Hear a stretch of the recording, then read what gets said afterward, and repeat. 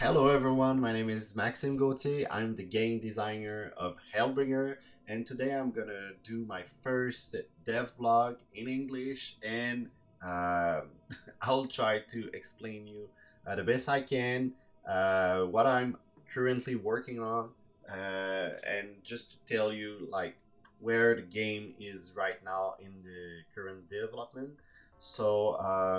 Actually, right now I'm working really hard on the new design of the cards.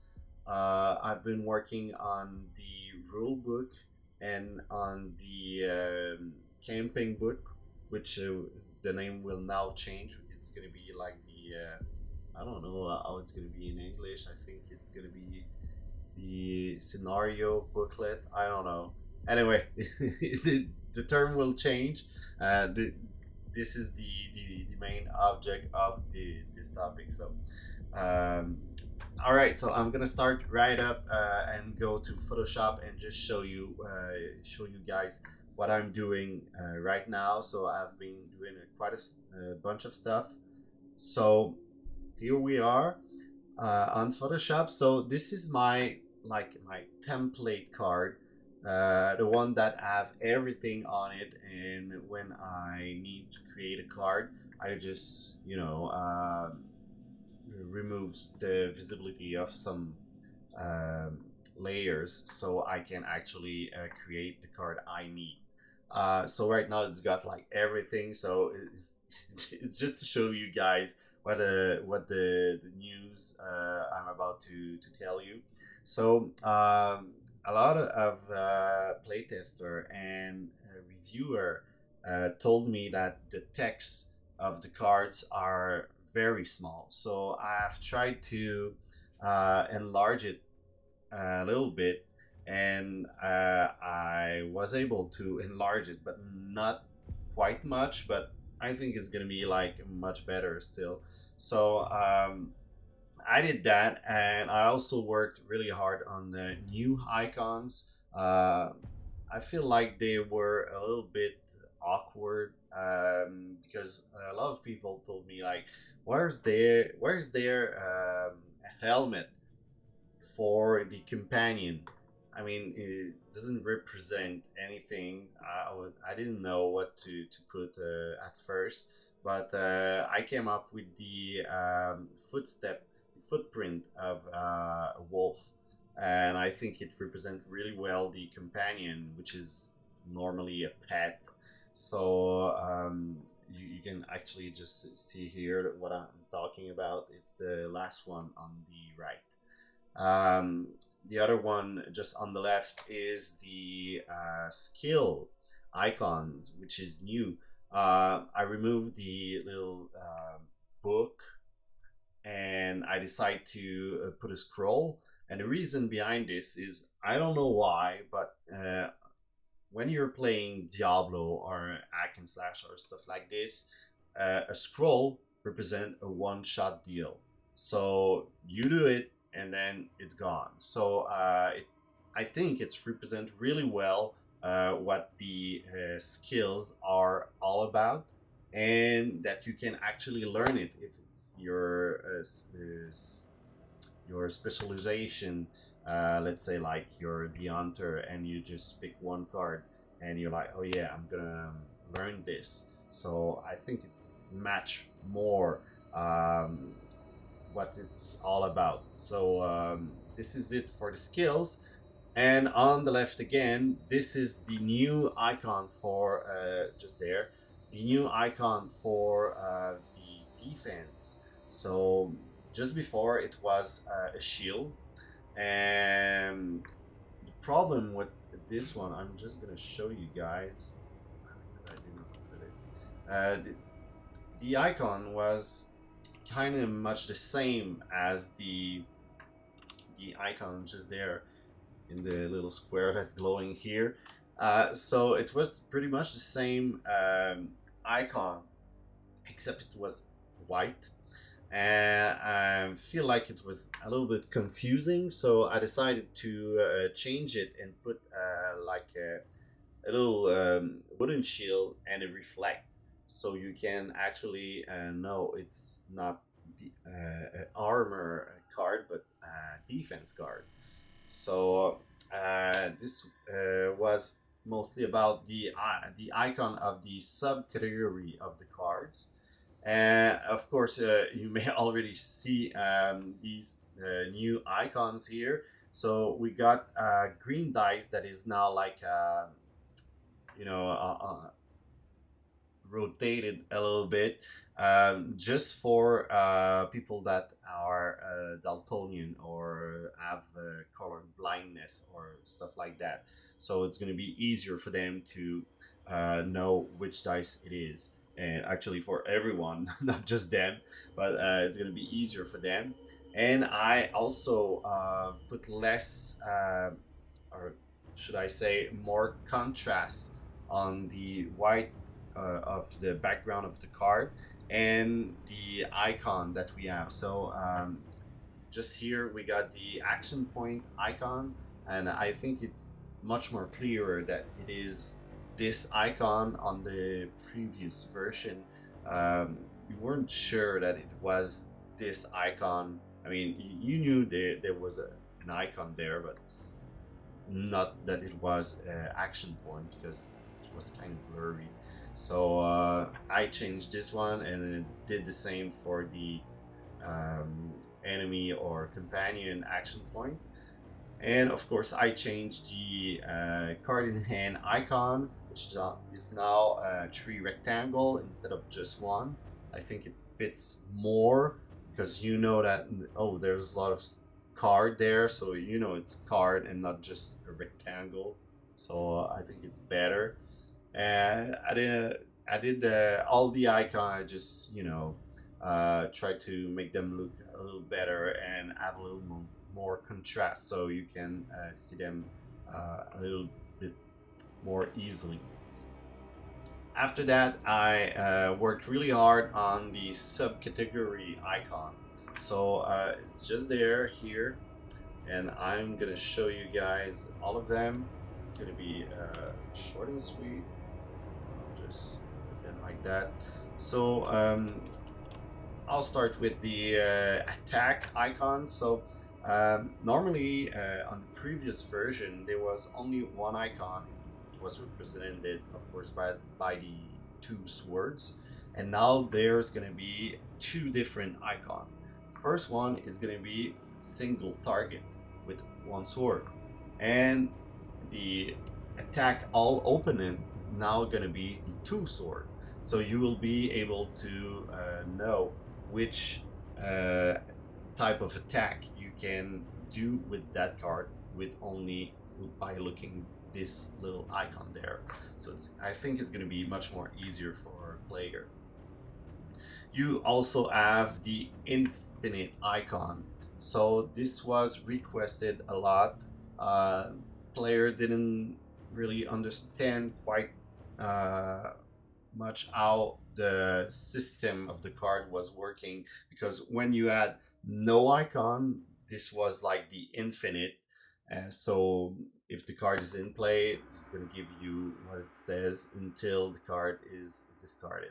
So now you will really have one icon that will tell you what it's all about. So it's going to be just easier again. After that, we got the instant card, which is represented by the twister. So just like the dice forge mechanic icon and stuff like that, I just use something that represents really well an instant card. Sorry. After that, we got the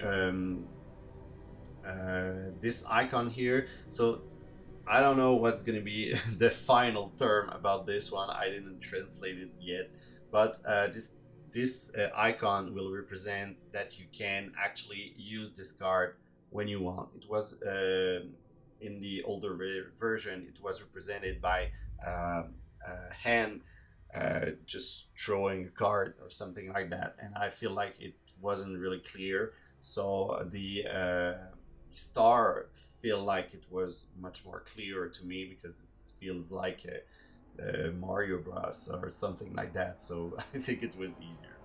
So I changed this one too, and finally I've got the ability icon, which was represented exactly by this little icon here. And the main difference with the old one is that the old one had a little icon in it, which was the player icon, and the other one was the monster.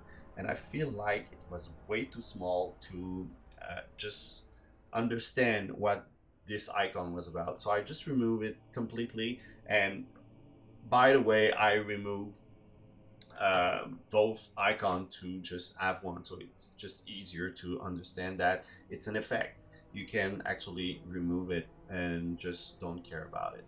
So it's going to be much simpler. So that's pretty much for all the stuff here for the card. Now I'm just going to talk about the color blindness problem, because there was a few players that reached me out about this problem, and I came out with some solution, especially for the green dice. But for the rest, like this little sphere here and this one here, at first I tried to put an icon just behind or into the sphere, should I say. And the problem with that is that there's some stuff in there. So there's text. I cannot put an icon and you cannot clearly see what this icon is about. So I decided to add these little dots here. So there's going to be a few, maybe it's going to change, I'm not sure, but the ID is there, and I will do something that will be useful for color blindness people, colorblind people, sorry. So these little dots here will represent your class. So there's going to be some, I don't know, like one is going to be the warrior, two is going to be the hunter, three is going to be the sorcerer, etc., etc. So this is pretty simple stuff, but you know, it's going to help these players. So that's all for that. I'm just gonna go back to my face cam here. So I cannot show you what the rest is about, but I'm gonna explain to you the best I can in my super great English. I hope you guys understand. If you don't, please leave a comment down below. I'll try to explain you on text. Maybe it's gonna be easier. So the modification I'm about to tell you is mostly about the rulebook and the scenario booklet. So first, about the rulebook, there's going to be some stuff going on there. So some people told me that when you select and you prepare your game, you select the scenario after you completed all the stuff. So the problem is that if you're playing like the tutorial, you're gonna prepare all your decks, and after it's gonna say, "Hey, remove these piles." So you know, I just created, like, why? So I decided to move this step on the first one. So it's gonna be, you select the scenario, and then after you create everything and you follow every step. So it's gonna be much more simple. After that, I clarify some stuff that was mostly about trading cards. So a few players that and reviewer told me that it was kind of blurry because you didn't know if you could show the cards, if you could tell or not what it was all about. So it's going to be much more simpler now. So you don't have to show, sorry, I'm just going to retake it. You have your cards in your hand, and people don't know what are your cards about. If you want, you can show them. You don't need to talk and just, you know, say, I've got this, what do you got? You can just show it, and it's going to be much more simpler. And the reason behind all of this was because I didn't want an alpha player to just tell you what you need to do. And this was all it was all about for the first the old rule about the shared cards and stuff like that. So this is why it changed. So I think it's gonna be again much more simpler. The next one was the.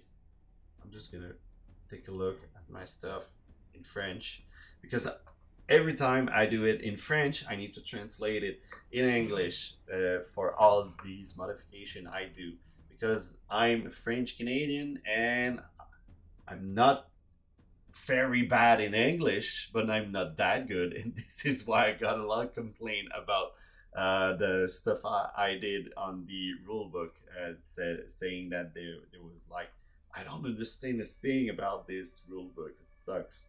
So I'm sorry, but I'm trying my best. So yeah, so the subcategory of the cards section will be all changed with the infinite, the single target, the all opponents attack, the ability, the instant card, etc.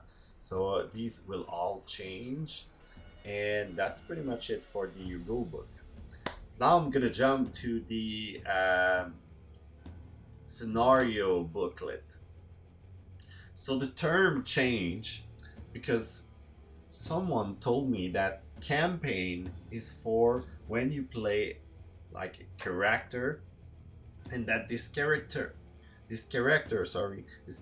will do missions, scenarios, multiple scenarios, and you will keep this character all over the games, which is not what it was intended to do, what I wanted to do on this game. So actually when you do a scenario, you do it, and after it's gone, it's over. You create a new character and you start all over again. So this was all the game was created, and this is why I changed the term.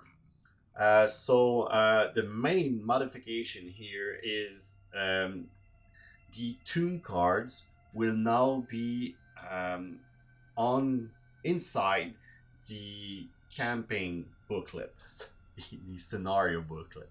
So you will find all these cards inside the scenario that you will do, and every scenario will be different with different tombs, different effect. So it's gonna add a little bit of more complexity about the game. It's not gonna be redundant. You will be able to play different scenario and have completely different effect from the tombs. It's always gonna be a bonus, but it's gonna be different. So let's just say I'll pick one. So for the Cursed Emperor from Storm Shield, which is the tutorial, for the Tomb 2, everybody is gonna pick a card from the under the monster draw pile, and you're gonna put it on your attribute points. So this is what it was all about on the older version of Hellbringer, and now it's gonna be different. Like let's say I'm doing the Dark Lust scenario. The Tomb 2 is gonna be every player pick one card under the common draw pile. So it's gonna be different. And on the next scenario, let's say about the Red Drake, now it's gonna be eliminate one starting monster that is already in play, and this player is gonna have the priority to take the card. So the player that reads this effect. So this will always be different. Of course, it's going to be the same if you do the same scenario again, but every tomb, every effect is going to be different. So it was a lot of brainstorming because I needed to create like 38 new tomb or something like that, and I think I created a few that are quite funny. Like there's one that reversed completely uh,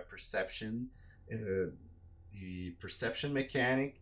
So everything that you were seeing, now you don't, and everything that you don't see, now you see them. So you can actually kill the monster that were behind, and after that you can just come back with your old perception mechanic and kill the rest. So I think there's some quite of cool stuff there, and I hope you guys will enjoy it when it's going to be available on Tabletop Simulator, because the game is available on Tabletop Simulator. If you'd like to test it, it's there. All you have to do is search for Hellbringer. There's the French one and the English one. Of course, if you're listening this in English, you want the English one. But it's the most recent um, version of the game that is available here. What I'm I'm saying the right now on this dev blog is not quite yet implemented in this version. So if you go on the Tabletop Simulator, it's not going to be up to date. Just saying, because I'm currently working on it. So this is the main reason I'm doing this dev blog. So anyway, hope you guys enjoyed this little video. Hope you guys understand me well. If you like this video, please leave a thumbs up. Leave a comment if you got any. I'd love to read you.